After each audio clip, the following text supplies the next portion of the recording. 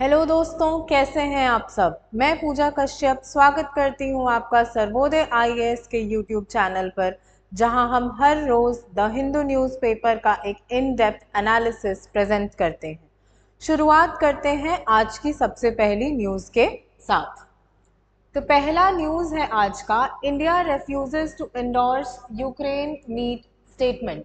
अभी एक global peace summit हुआ स्विट्जरलैंड में 2 दिन पहले, जिसमें कि एक स्टेटमेंट साइन किया गया यूक्रेन से रिलेटेड, जिसमें रशिया को कंडेम किया जा रहा था और यूक्रेन को सपोर्ट किया जा रहा था, और इंडिया ने इस स्टेटमेंट को साइन करने से मना कर दिया। इंडिया इकलौती ऐसी कंट्री नहीं है, और भी कंट्रीज हैं जिन्होंने इस स्टेटमेंट को साइन करने से मना कर दिया है।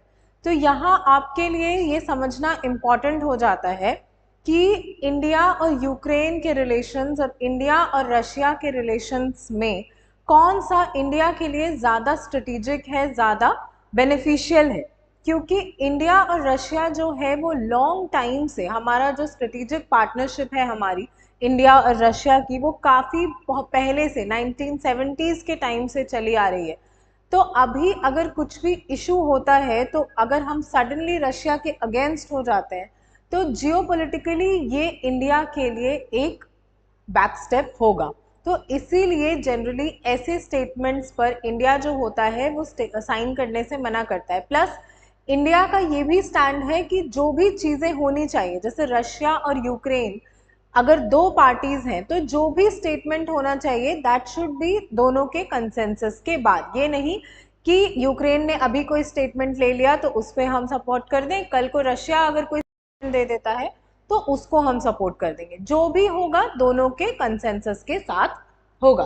तो only proposals acceptable to both Russia and Ukraine can lead to peace, said India, as New Delhi decided to dissociate itself from the final document issued at the conclusion of the peace summit in Switzerland। तो ये piece summit कहाँ हुआ था?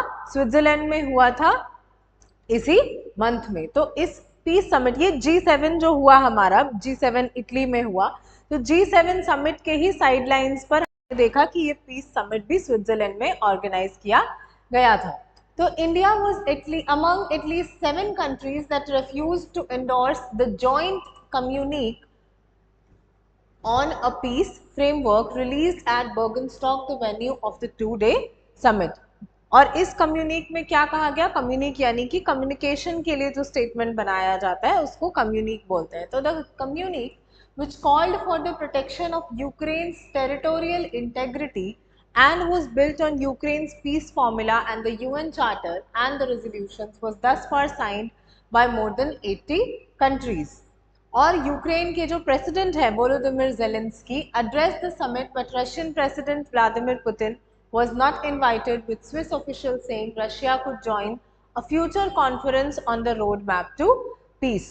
तो इसी वजह से, क्योंकि रशिया जो था वो इस समिट में इनवाइटेड भी नहीं था। एक चीज होती कि रशिया को इनवाइट किया जाता और फिर रशिया जो है वो इसका पार्ट नहीं होता, तो बात अलग होती, लेकिन यहाँ रशिया को इनवाइट ही नहीं किया गया। दैट मीन्स कि स्टार्टिंग से ही जो कंट्रीज थी वो नहीं चाहती थी कि रशिया इस पीस समिट का पार्ट बने। इंडिया के अलावा और कौन कौन सी कंट्रीज हैं जिन्होंने साइन नहीं किया? Saudi Arabia, south Africa, Thailand, Indonesia, Mexico, UAE जो थी उन्होंने साइन नहीं किया। ब्राजील ने एक ऑब्जर्वर स्टेटस को मेंटेन किया और चाइना ने डिक्लाइन कर दिया इनविटेशन टू पार्टिसिपेट। तो ये पीस समिट जो था उसमें कौन कौन सी कंट्रीज गई थी और वहां पे किसने किसने पार्टिसिपेट किया नहीं किया? तो चाइना ने पीस समिट में पार्टिसिपेट करने से मना कर दिया। India's decision to attend but distance itself from the joint statement is in line with the government's policy of, तो हमारी गवर्नमेंट की पॉलिसी क्या है? Abstention from all resolutions at the UN security council, UN general assembly, international atomic energy agency and Human Rights Council thus far that are critical to Russia for its invasion of Ukraine in February 2022। तो India की ये policy है कि जो भी ऐसे resolutions होंगे, चाहे वो यूएनएससी में हो, यूएन जनरल असेंबली में हो, इंटरनेशनल एटॉमिक एनर्जी एजेंसी में हो, कहीं ऐसी जो इम्पोर्टेंट ऑर्गेनाइजेशंस हैं, वहां पर अगर रशिया के अगेंस्ट में कोई स्टेटमेंट जो था, तो इंडिया उसमें वोट नहीं करेगी या इंडिया उस रशिया के खिलाफ वोट नहीं करेगी, हमेशा एब्सटेन करेगी, क्योंकि India has thus far shared a very strategic relation with Russia. तो organizers had said that the invitation to India as well as leading countries of the global south और BRICS, ध्यान दीजिएगा ये ब्रिक्स नहीं है, क्योंकि ब्रिक्स जो होता है उसमें रशिया भी इंक्लूड होता है, तो रशिया को अगर हम निकाल देते हैं तो यहाँ हो जाता है ब्रिक्स। ब्रिक्स यानी Brazil, India, China, south Africa. तो ये जो क्यों, अगर जो ये कंट्रीज जिनको बुलाया गया, उनको क्यों बुलाया गया, उनको भी पता था कि ये जो कंट्रीज हैं ये रशिया के साथ सपोर्ट करेंगी, तो रशिया को अगर ये सपोर्ट करेंगी तो इन कंट्रीज को क्यों बुलाया गया? In order to bring about a global consensus and include their concerns on food and energy security। तो ग्लोबल कंसेंसस बिल्डिंग के लिए अब ये कंट्रीज जो हैं इन्होंने कंसर्न सुनी, जो बाकी कंट्रीज की कंसर्न्स हैं उन्होंने ये सुना, अब वो एटलीस्ट रशिया को कन्विंस कर सकती हैं या रशिया से बात कर सकती हैं। तो कहीं ना कहीं अगर ग्लोबली हमें एक कंसेंसस बनाना है, किस चीज़ पर, तो किसी भी चीज़ पर, चाहे हम पीस की बात कर रहे हों, चाहे हम फूड सिक्योरिटी की बात कर रहे हों, या फिर हम एनर्जी सिक्योरिटी की बात कर रहे हों, या फिर हम क्लाइमेट चेंज की बात कर रहे हों, किसी भी चीज़ पर ग्लोबली हमें एक कंसेंसस की ज़रूरत है। तो उस कंसेंसस को बिल्ड करने के लिए ज़्यादा से ज़्यादा कंट्रीज अगर एक प्लेटफॉर्म के अंडर आ करके एक चीज़ को सपोर्ट कर सकें तो वो ज़रूरी होता है। इसीलिए जो ये पीस समिट के ऑर्गेनाइजर्स थे उनका कहना है कि उन्होंने ब्राज़ील, इंडिया, चाइना और साउथ अफ्रीका को यहाँ पर बुलाया था। ठीक है, अब बढ़ते हैं हमारे नेक्स्ट न्यूज़ पर। यहाँ बात हो रही है on the size of council of ministers. तो अभी आपको पता है कि हमारे जो प्राइम मिनिस्टर हैं उन्होंने ओथ लिया और उसके बाद ही जितने भी कैबिनेट काउंसिल ऑफ मिनिस्टर्स हैं उन्होंने भी ओथ जो है वो लिया है। तो वो 6 + 30 हो जाएगा 66, 67 + 5 हो जाएगा 72। यानी अगर हम प्राइम मिनिस्टर को एक्सक्लूड कर देते हैं तो हमारे पास 71 काउंसिल ऑफ मिनिस्टर्स का जो लिमिट है या काउंसिल ऑफ मिनिस्टर्स का जो साइज है वो यहाँ पर दिखाई देता है। तो क्या हमारे पास कोई लिमिट है हमारे कॉन्स्टिट्यूशन में? तो सबसे पहले तो ये समझते हैं कि काउंसिल ऑफ मिनिस्टर्स जो हैं उसमें कौन कौन से मिनिस्टर्स होते हैं। तो इंडिया जो है वो एक पार्लियामेंट्री डेमोक्रेसी है, तो पार्लियामेंट्री डेमोक्रेसी का मतलब ये होता है कि हमारे पास एक काउंसिल ऑफ मिनिस्टर्स होगा जो कि एड एंड एडवाइस करेगा प्रेसिडेंट को किसी भी डिसीजन को लेने के लिए। तो India is a parliamentary democracy with president as its nominal head, और नॉमिनल हेड का मतलब हुआ कि हमारे पास एक काउंसिल ऑफ मिनिस्टर्स होगा। नॉमिनल हेड मतलब उसके पास कोई रियल अथॉरिटी नहीं है। आर्टिकल 74, आर्टिकल नंबर इंपॉर्टेंट है, of the constitution provides that there shall be a council of ministers headed by the prime minister to aid and advise the president, और real executive powers जो होते हैं वो इन्हीं council of ministers के पास होते हैं। तो minister should be a member of either the Lok Sabha or the Rajya Sabha and if not should become one within 6 months of his or her appointment. तो अभी का हम एग्जाम्पल लेते हैं। अभी लास्ट ईयर मतलब लास्ट जो टर्म था, लास्ट कैबिनेट जो था, उसमें minister of women and child development थी स्मृति ईरानी। स्मृति ईरानी जो थी वो अमेठी से लोकसभा की मेंबर थी या लोकसभा कैंडिडेट थी, बट इस बार स्मृति ईरानी जो है वो इलेक्शंस हार जाती है। तो अब अगर उनको ही दोबारा से हमें मिनिस्टर बनाना था तो उनको मिनिस्टर बनाने के बाद 6 महीने के अंदर आइदर लोकसभा या राज्यसभा दोनों में से किसी से उनको मेंबरशिप दिलानी पड़ती। तो लोकसभा से तो पॉसिबिलिटी थी नहीं, यानी राज्यसभा से उनको मेंबरशिप दिलानी पड़ती। तो ये मोटा मोटा यहाँ मतलब ये हुआ कि किसी भी कैंडिडेट को अगर काउंसिल ऑफ मिनिस्टर या कैबिनेट मिनिस्टर बनाना है तो लोकसभा या राज्यसभा किसी एक का मेंबर होना जरूरी है। और अगर अपॉइंटमेंट के टाइम पे अगर आप मेंबर नहीं भी हैं तो 6 महीने के अंदर आपको मेंबरशिप जो है वो लेनी होगी किसी भी हाउस की। तो मिनिस्टरशिप भी ये तो हो गया। The council consist of cabinet ministers, ministers of state with independent charge, minister of state and deputy minister. The constitution does not classify the members of the council of ministers into different ranks. कि ऐसा नहीं है कि constitution जो है हमारा वो cabinet ministers को ऊपर प्लेस करता है, मिनिस्टर ऑफ स्टेट को नीचे प्लेस करता है। किसी भी तरीके की रैंकिंग के हिसाब से इनको सेपरेट नहीं किया गया है। बट प्रैक्टिस में हमने देखा है, क्योंकि हम जो है वो ब्रिटेन का सिस्टम फॉलो करते हैं, तो cabinet ministers are higher in rank and handle larger portfolios while ministers of state assist the cabinet ministers and work under them. ये होते हैं मिनिस्टर्स ऑफ स्टेट। और दूसरा होता है minister of state with independent charge. तो जो ministers of state with independent charge होते हैं वो डायरेक्टली प्राइम मिनिस्टर को रिपोर्ट करते हैं अपने अपने रिस्पेक्टिव मिनिस्ट्रीज के बारे में। ठीक है, तो अब कॉन्स्टिट्यूशन जो है वो हमारा क्या लिमिट सेट करता है? इनिशियली हमारा कॉन्स्टिट्यूशन किसी भी तरीके का कोई लिमिट सेट नहीं करता था। तो इसकी वजह से हमने बहुत सारे ऐसे एग्जाम्पल्स देखे थे जिसमें कि जो काउंसिल ऑफ मिनिस्टर्स का साइज था वो बहुत ज़्यादा होता था। फॉर एग्जाम्पल जब कोएलिशन गवर्नमेंट्स बनती थी तो कोएलिशन गवर्नमेंट में अलग अलग पार्टीज के सपोर्ट से गवर्नमेंट बनती है, तो वहाँ पर उन पार्टीज को सेटिस्फाई करने के लिए उनके अलग अलग मेंबर्स को अलग अलग पोर्टफोलियोज अलॉट कर दिए जाते थे। कभी उनको मिनिस्टर ऑफ स्टेट बना दिया जाता था, या कभी उनको minister of state with independent charge, deputy minister, cabinet minister, anything and everything, ताकि उनको अपीज किया जा सके। तो ये जो चीज थी ये कर्व हुई जाकर के 91st कॉन्स्टिट्यूशनल अमेंडमेंट से।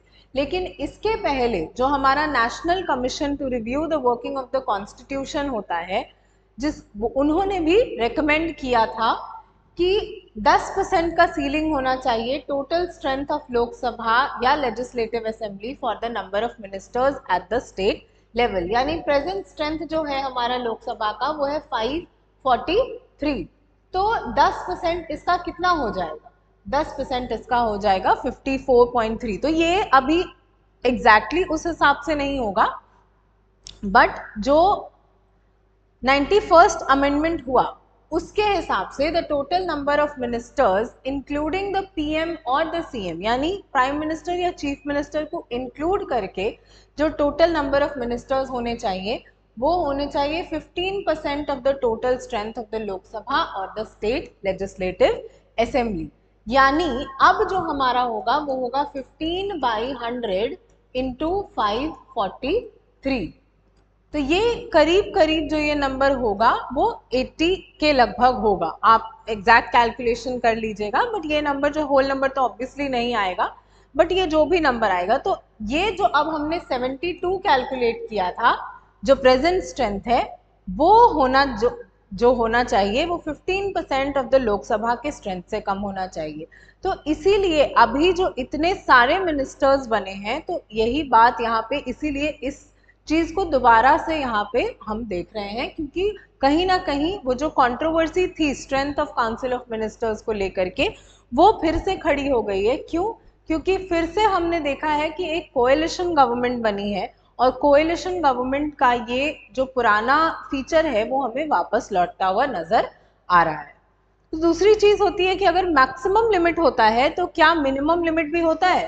तो there is no minimum requirement at the central level, whereas even the smaller states should have a minimum of 12 ministers। यानी कि छोटे से छोटा स्टेट जिसकी लेजिस्लेटिव असेंबली बहुत छोटी सी भी है तब भी कम से कम वहां पर 12 मिनिस्टर्स जो हैं वो काउंसिल में होने चाहिए। Union territories of NCT of Delhi and Jammu and Kashmir के लिए मैक्सिमम लिमिट है 10% of the total strength of its assembly. ठीक है, अब देखते हैं लेकिन कि क्या इशू है। तो यहाँ जो ऑथर हैं वो कह रहे हैं कि एक इशू होता है पार्लियामेंट्री सेक्रेटरीज का, कि एक ऑफिस होता है पार्लियामेंट्री सेक्रेटरी का जो लगभग आप मान लीजिए कि equivalent to that of a minister होता है। तो कई बार ऐसा देखा गया है बहुत सारे स्टेट्स में कि जो काउंसिल ऑफ मिनिस्टर्स का जब से 91st अमेंडमेंट के बाद जो लिमिट लगा दिया गया, तो उसके बाद बहुत सारे लोग जो मिनिस्टर नहीं बन पाते थे उनको पार्लियामेंट्री सेक्रेटरी बना दिया जाता था। और ये पार्लियामेंट्री सेक्रेटरी का जो पोस्ट होता था वो सबसे पहले क्रिएट किया गया था 1951 में, लेकिन उसके बाद रेगुलरली उनको यूज नहीं किया जाने लगा। कब से तो कब तक, तो 1990 तक, जिसके बाद जब 91st अमेंडमेंट हुआ तो इसको रेगुलरली हम यूज करने लगे। लास्ट जो पार्लियामेंट्री सेक्रेटरी सेंटर पे अपॉइंट हुआ था वो हुआ था 1990 में।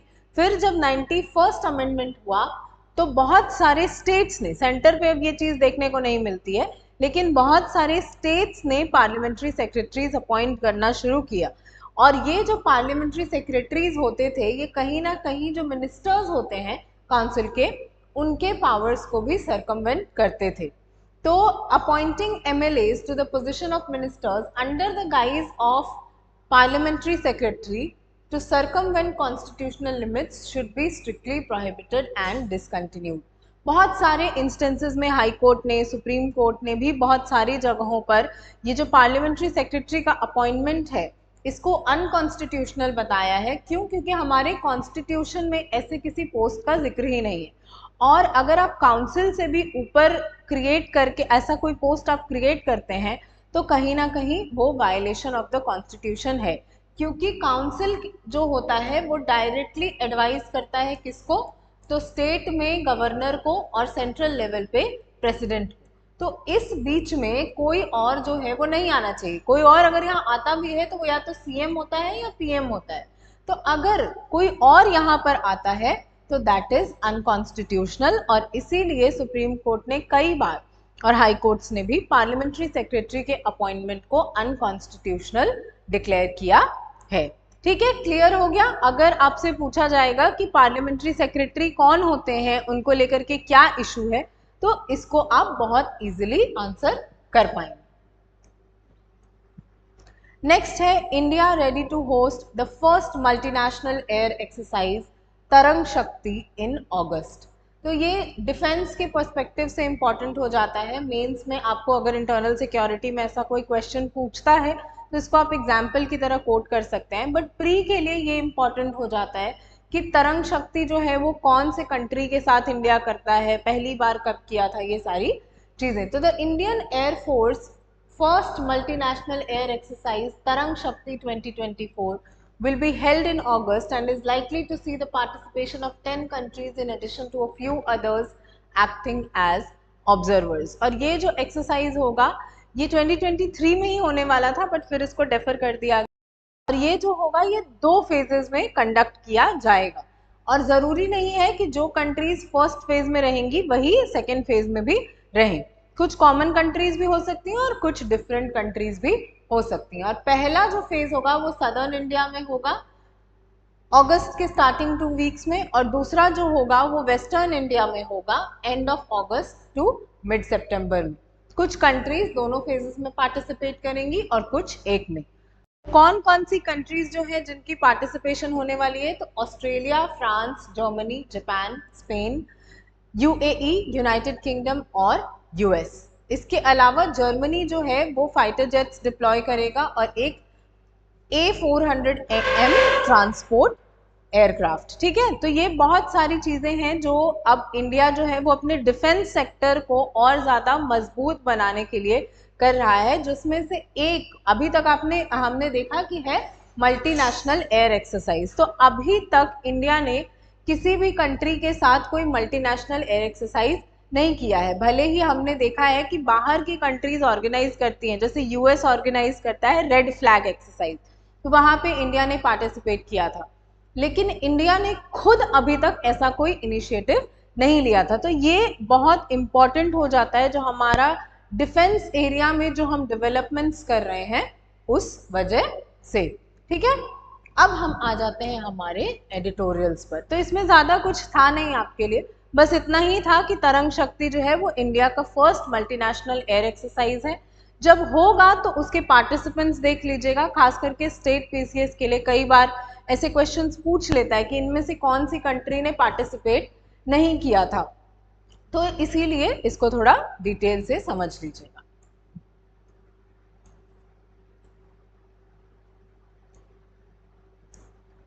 पहला एडिटोरियल है 2 स्टेप्स बैक।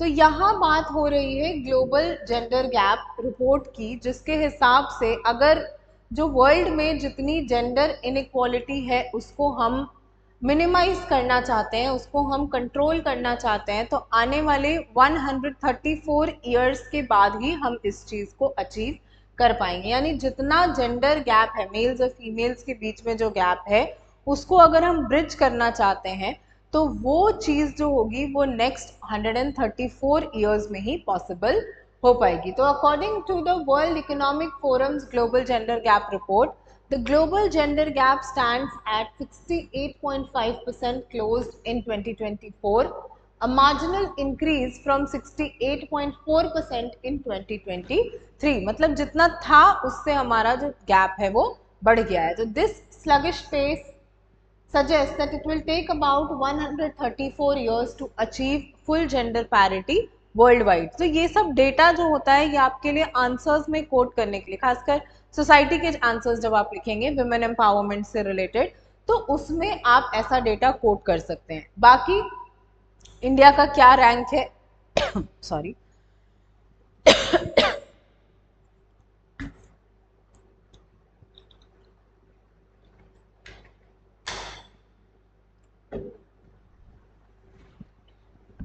इंडिया का क्या रैंक है इस ग्लोबल जेंडर गैप रिपोर्ट में, इंडिया को कितना स्कोर दिया गया है, लास्ट टाइम हमारा स्कोर क्या था, कौन इसको रिलीज करता है, ये सारी चीजें हमें ध्यान में रखनी होगी।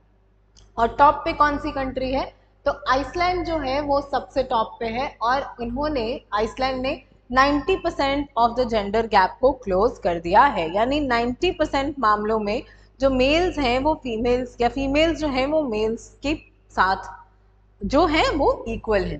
ठीक है, इंडिया का स्टेटस क्या है, तो India has shown some improvement moving up from to the 127th position out of 146 countries in the global ranking from 135th in 2022। तो इंडिया जो है वो 2022 में 135th पोजीशन पे था और अभी हमारा पोजीशन जो है वो 127th है। और कितना गैप हमने क्लोज कर लिया है, तो 64.1% का गैप हमने क्लोज कर लिया है, बट अभी भी जो रास्ता है वो बहुत लंबा है। और इस रिपोर्ट के हिसाब से इंडिया की जो ये प्रोग्रेस है वो प्राइमरीली है small declines in education and political empowerment indicators की वजह से। अभी भी अगर आप देखिएगा तो इंडिया में जो नंबर ऑफ मिनिस्टर्स हैं, जो लोकसभा कैंडिडेट्स हैं, जो वुमेन हैं, वो अगर आप इस आर्टिकल के हिसाब से देखिएगा तो सिर्फ 543 में से 74 ऐसे कैंडिडेट्स हैं जो फीमेल्स हैं। लास्ट कैबिनेट में या लास्ट लोकसभा में ये नंबर 78 था। तो ये चीज और घट गई है डिस्पाइट इसके कि अभी नारी शक्ति वंदन अधिनियम जो था वो पास किया गया, उसके बाद भी। तो अगर हमें इस चीज को इम्प्लीमेंट करना है, अगर हमें जेंडर गैप को क्लोज करना है, तो पॉलिटिकली और एजुकेशनली वुमेन को एम्पावर करने की जरूरत है। तो क्या क्या कंसर्न के एरियाज हैं, तो एजुकेशन और पॉलिटिकल एम्पावरमेंट में जो इम्प्रूवमेंट है वो बहुत स्लो है, इसीलिए उसको हमें इम्प्रूव करने की ज़रूरत है। दूसरी इम्प्रूवमेंट की ज़रूरत है economic participation and opportunity for women, जिसमें कि कोई सिग्निफिकेंट इम्प्रूवमेंट देखने को नहीं मिला है। तीसरा है India needs to close an additional 6.2 percentage points gap due to match its 2012 score of 46%। यानी 2012 में जो हमारा स्कोर था वो 46% था और अभी 64.1% है। जो पेस था उसको मैच करने के लिए हमें 6.2 परसेंटेज पॉइंट्स का जो गैप है उसको मेंटेन करना पड़ेगा। तो क्या क्या अब हम इम्प्रूवमेंट की स्ट्रैटेजीज हो सकती हैं, तो सबसे पहला लेबर फोर्स पार्टिसिपेशन को इंक्रीज करना। दूसरा कि विमेन की सिक्योरिटी के लिए वर्क प्लेस पे जो उनकी सेफ्टी होती है, सिक्योरिटी होती है, हाइजीन कंडीशंस होते हैं, इन सबको इम्प्रूव करना, ताकि जो चीज़ें उनको काम करने से रोकती हैं, लेबर फोर्स में पार्टिसिपेट करने से रोकती हैं, उन चीज़ों को हम बेहतर कर सकें। नेक्स्ट है एजुकेशन गैप कि हमें और ज़्यादा लिटरेट करने की ज़रूरत है हमारी कंट्री के फीमेल्स को। नेक्स्ट है पॉलिटिकल एम्पावरमेंट कि women's representation in the parliament is low despite slight improvements. तो सिर्फ 74 मेंबर्स जो हैं आउट ऑफ 543 आज जो है 2024 में जो हमारा पार्लियामेंट है उसमें जो विमेन है वो सिर्फ 74 इन नंबर है। और इसीलिए जो विमेंस रिजर्वेशन बिल है या नारी शक्ति वंदन अधिनियम है उसको हमें जल्द से जल्द इम्प्लीमेंट करने की ज़रूरत है। तो एक होलिस्टिक अप्रोच चाहिए हमें जिसमें कि social, educational, technical, political, economical सारे के सारे मेजर्स होने चाहिए, तब जाके कहीं हम जेंडर गैप को क्लोज करने में कामयाब हो पाएंगे। ठीक है, अब बढ़ते हैं हमारे नेक्स्ट एडिटोरियल पर। ये है high court take on marriage act and erosion of rights. एक दिन और इसको मैंने आपके साथ डिस्कस किया था। मध्य प्रदेश कोर्ट का जो जजमेंट था, मध्य प्रदेश हाई कोर्ट का जो जजमेंट था कि एक मुस्लिम मैन जो है वो एक हिंदू वुमन से शादी नहीं कर सकता है क्योंकि वो जो शादी होगी वो मुस्लिम पर्सनल लॉ के खिलाफ होगी, तो उसको स्पेशल मैरिज एक्ट के अंडर रजिस्टर नहीं किया जा सकता है। ऐसा फैसला दिया था मध्य प्रदेश के हाई कोर्ट ने। तो इस जजमेंट के साथ क्या क्या प्रॉब्लम्स हैं इसी बारे में ये जो एडिटोरियल है ये बात करता है कि जो एक्चुअल पर्पस है कि मैरिज की सैंक्टिटी को प्रिजर्व करना, जो मैरिज होता है वो दो इंडिविजुअल्स के बीच में होता है जिसमें कम्युनिटी, रिलीजन ये सारी चीजें नहीं आनी चाहिए। तो यही पर्पस है स्पेशल मैरिज एक्ट का। और अगर स्पेशल मैरिज एक्ट को भी हम पर्सनल लॉज के हिसाब से टिल्ट करने लगे तो जो एक्चुअल पर्पस है स्पेशल मैरिज एक्ट का वो कहीं ना कहीं डिफीट हो जाता है। तो इसको मैंने बहुत डिटेल से उस एडिटोरियल में एक्सप्लेन किया है, तो आप इसको वहां जाकर के समझ सकते हैं जिसका लिंक आपको नीचे डिस्क्रिप्शन में मिल जाएगा। अब बढ़ते हैं हमारे लास्ट जो हमारा एडिटोरियल है आज का, जो है अंडर कफाला वर्कर्स आर इनडिस्पेंसिबल।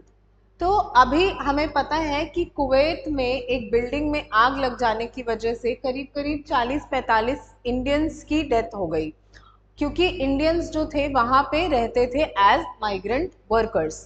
तो जब मामले को और अच्छे से उसकी जांच की गई तो पता चला कि एक छोटी सी बिल्डिंग थी जिसमें बहुत सारे लोग रहते थे और उनका निकल पाना भी वहाँ से मुश्किल था। इस वजह से उनकी जान जो थी वो चली गई। तो जो वर्कर्स जो हैं वो इंडिया से जाते हैं या कोई भी वर्कर्स, माइग्रेंट वर्कर्स का जो सिस्टम गल्फ कंट्रीज में फॉलो होता है उस सिस्टम को हम बोलते हैं कफाला system.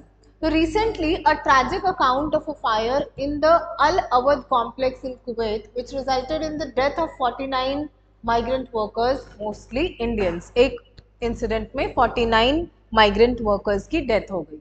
This incident starkly exposed the hazardous living conditions that many migrant workers endure under the kafala system। और इस इंसिडेंट के बाद बहुत सारे म्यूनिसिपल ऑफिशियल्स को सस्पेंड कर दिया गया for failing to enforce safety regulations, underscored the negligence and systemic issues prevalent in the enforcement of safety standards. तो इमीडिएट रिएक्शंस थे कि ऑफिशियल्स को सस्पेंड किया गया और गवर्नमेंट ने अनाउंस किया plans to address building code violations and enhance safety measures. तो भले ही यहाँ पर जो गवर्नमेंट है कुवैत की, उन्होंने जो एक्शंस लेने थे वो लिए, लेकिन ये एक बहुत इनहेरेंट इशू को इंडिकेट करता है कि माइग्रेंट वर्कर्स जो इतनी जद्दोजहद करके बाहर जाते हैं काम करने के लिए और वहाँ इतना काम करते हैं अपनी फैमिलीज को चलाने के लिए, क्या उनको एक प्रॉपर कंडीशन, क्या एक प्रॉपर वर्किंग एनवायरनमेंट प्रोवाइड किया जाता है या नहीं। जो सिस्टम है पूरा कफाला सिस्टम, उसके अंदर जो इतने सारे इश्यूज हैं, एक बार आप याद करिए फीफा वर्ल्ड कप के टाइम पे भी, जो कतर में फीफा वर्ल्ड कप हुआ था उस टाइम पे भी इस इशू के बारे में जिक्र हुआ था, प्रोबेबली लास्ट ईयर। और क्लैट में इससे रिलेटेड क्वेश्चन भी पूछा गया था कफाला सिस्टम से रिलेटेड। तो कहीं ना कहीं ये चीज तो बहुत प्रोमिनेंटली नजर आ रही है कि इस सिस्टम के साथ प्रॉब्लम्स हैं।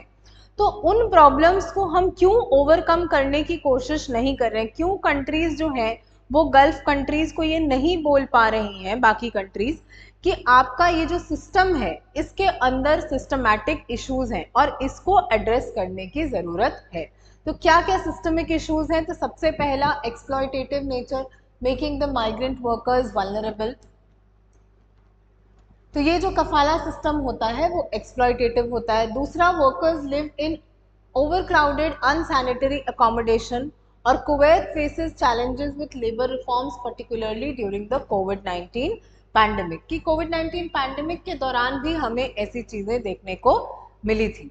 दूसरा है लिविंग कंडीशंस। तो migrant workers live in squalid conditions with inadequate housing leading to high vulnerability during crisis. The Gulf Cooperation Council states struggle with providing decent housing and labor conditions for the migrant workers. तो भले ही ये incident जो है वो Kuwait में हुआ हो, लेकिन ये जो पूरा प्रॉब्लम है ये हर एक कंट्री के साथ ये प्रॉब्लम जो है वो देखने को मिलती है। तो इस वजह से इसको एड्रेस करना बहुत ज़रूरी है।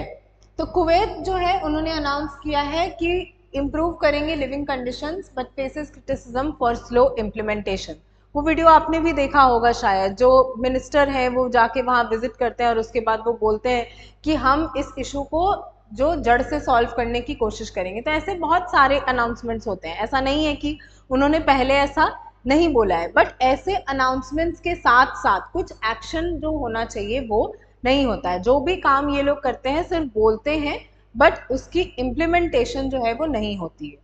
तो government policies have not significantly improve the workers safety and wellbeing.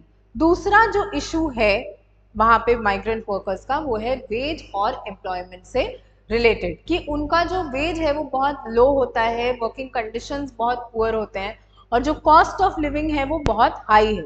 तो कभी कभी जो पूरे लोग होते हैं जो माइग्रेंट वर्कर्स, वो अपनी पूरी फैमिली के साथ वहाँ चले जाते हैं और वहाँ उनका सर्वाइवल भी मुश्किल हो जाता है।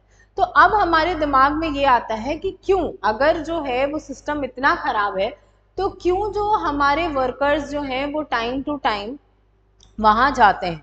तो इसका रीज़न ये है कि वहाँ पर ज़रूरत है चीप लेबर की और हमारे पास वो अवेलेबल है। इंडिया में इतनी एम्प्लॉयमेंट अपॉर्चुनिटीज़ हैं ही नहीं कि जितना हमारा पॉपुलेशन है उसको हम केटर कर सके। इसीलिए जो लोग हैं वो वहाँ जाते हैं ताकि जा करके एटलीस्ट कुछ तो मैनेज करके वहाँ के वहाँ पे अपना पेट जो है भर सके, अपनी फैमिली को मेंटेन कर सकें।